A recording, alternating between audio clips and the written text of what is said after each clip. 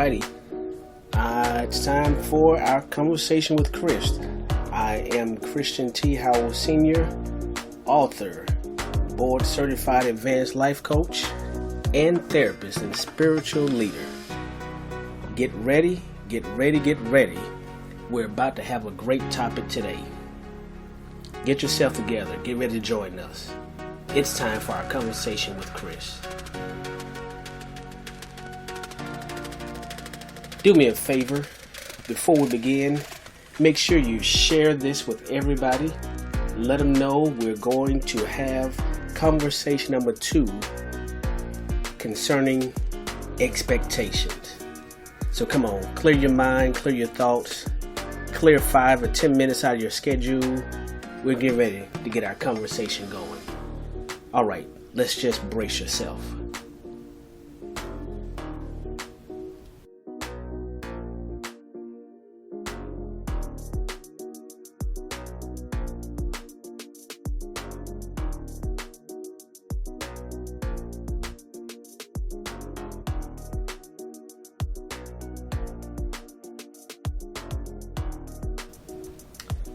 Alrighty, well.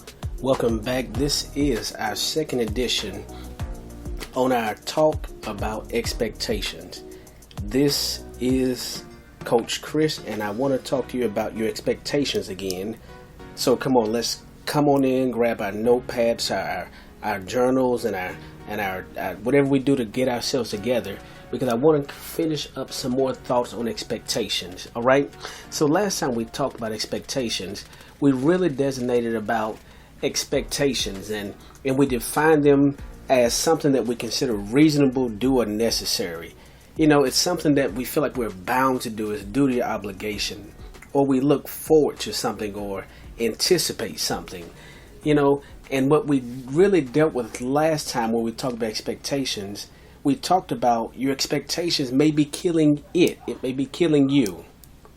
It's your expectations. They may be totally killing you in it. What did we just say last time? We talked about when your expectations can become unrealistic, unmet, or unhealthy. Do you all remember? It's when your expectations become unrealistic, unmet, and unhealthy. All right, let's go a little bit further with this about expectations, because what I really want you to understand, and a very basic thing, is that our expectations without proper communication always equals frustration. All right, can you make yourself a note of that, or really focus on that for a moment? The expectations without proper communication equals frustration. Let me say that one more time. Expectations without proper communication always equals frustrations. All right, let's do this. So remember what we talked about expectations. Expectations are always internal. And being that they're internal things, they're often not communicated properly. They're inside, so we can't see expectations. We don't anticipate others be mind readers, but often we treat people as if they're mind readers, as if they absolutely know what we expect. It's in a relationship. You expect your significant other to really automatically know what you like, what you don't like, what makes you happy, what doesn't make you happy. It's a boss or a manager and a coworker. It's the boss is frustrated and bothered because they have an expectation of the ones that they supervise, how they'll perform, how they'll act, how they'll engage things. But oftentimes what we find out, those expectations, although they may be true, they're rarely properly communicated. They're left inside of us. They're inside of our thoughts, our minds, our dreams, our intentions. But people don't live inside of our heads. And so we don't always properly communicate our expectations to other people.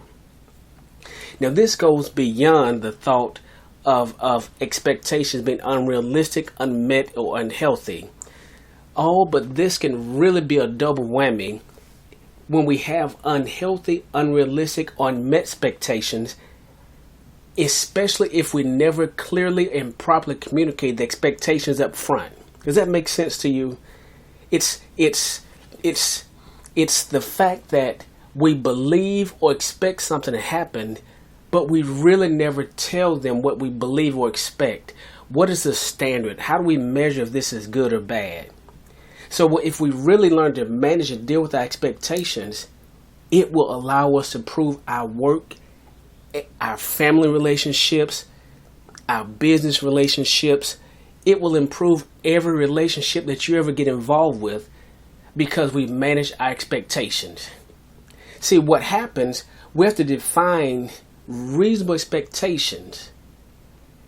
And when we're doing that, as we previously said, we have to learn to allow pleasant and fruitful friction or dialogue to surface. See, what happens when we learn to allow ourselves to bounce our expectations off of each other, they help us get to a level of what we call reasonable or acceptable. Yeah. See, what we really want to come to a place are reasonable expectations. Let me explain that again. How do we learn to manage our expectations? Through proper communications, but before we communicate them, we must allow them to become reasonable. The only problem is, in order to become reasonable, there must be healthy communication. It's called the art of negotiating. It's allowing for ideas, good and bad, for and against, pros and cons, to come together in one conversation, and we walk away with what's called reasonable.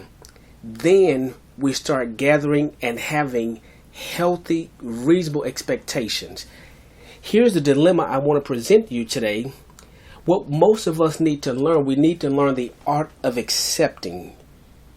ACCEPT, accept, being acceptable. All right, let's work through this just for a minute. To accept something to means you receive it willingly. It's when we allow, we give something permission to exist. We recognize it. It doesn't mean that we totally agree, but it is acceptable. We learn to agree to disagree, and that's acceptable. The key word is we must be willing to become acceptable.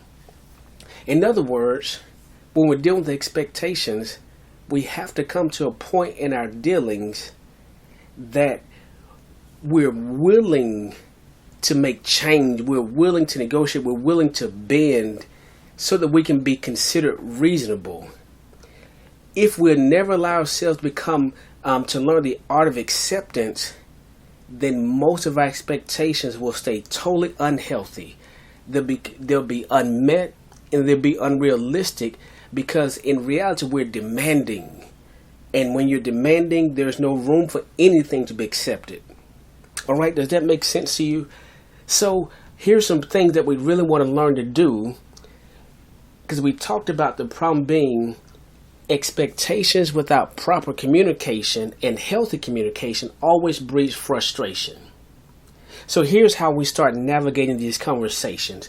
I really want to take the next few minutes and just explain, how do we learn to communicate our expectations? How do we do this dialogue? What is healthy conversations about expectations? What does it look like? How do we know we're accomplishing it? So let's talk about that just for a couple more minutes. One, if we're going to learn to have these conversations, we must be positive and encouraging. We must be positive and encouraging. So, first and foremost, there's nothing wrong with having high expectation when we start a conversation. There's nothing wrong with it being challenging or realistic or tough, but make sure they're realistic, because we're coming to the conversation in such a manner that we don't walk away disappointed. In other words, you can't lower the bar so low in your expectations that when you're finished communicating, you automatically walk away disappointed. You automatically walk away feeling defeated because our level of expectations were too low. Okay? So then we have to learn to communicate directly. Now, here's where it gets challenging. We can't send subtle messages. We can't imply them. We can't send mixed signals concerning expectations. We must communicate them clearly, directly. We must be unambiguous so there's no confusion about what we expect. That's right. We must move all sources so people are not confused about what we want. So we must be really clear, use clear terms. I like this, I don't like this. I prefer this, I don't prefer this. This is what I need, this is not what I need. Because at this point, we're merely communicating our expectations. We're not walking away with our agreement yet. We're at the process of dialogue so that we can learn what's acceptable, what's reasonable. Okay? But when you're talking about them, the key, what I said earlier, we must learn to communicate our expectation in positive terms. You can win more with affirmation than you can tearing someone down. Or you can negotiate and get a much better outcome with positive, upbuilding, uplifting words than we can with anything else. Have you ever had a conversation where you use the word never? You never do this. You always do this wrong. When we start talking about expectations and we start using negative terminology, we automatically put ourselves where we can have nothing accepted and nothing agreeable. As a matter of fact, always and never are words that should rarely be used when we're communicating.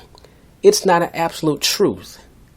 No one always does something. People change, we all change.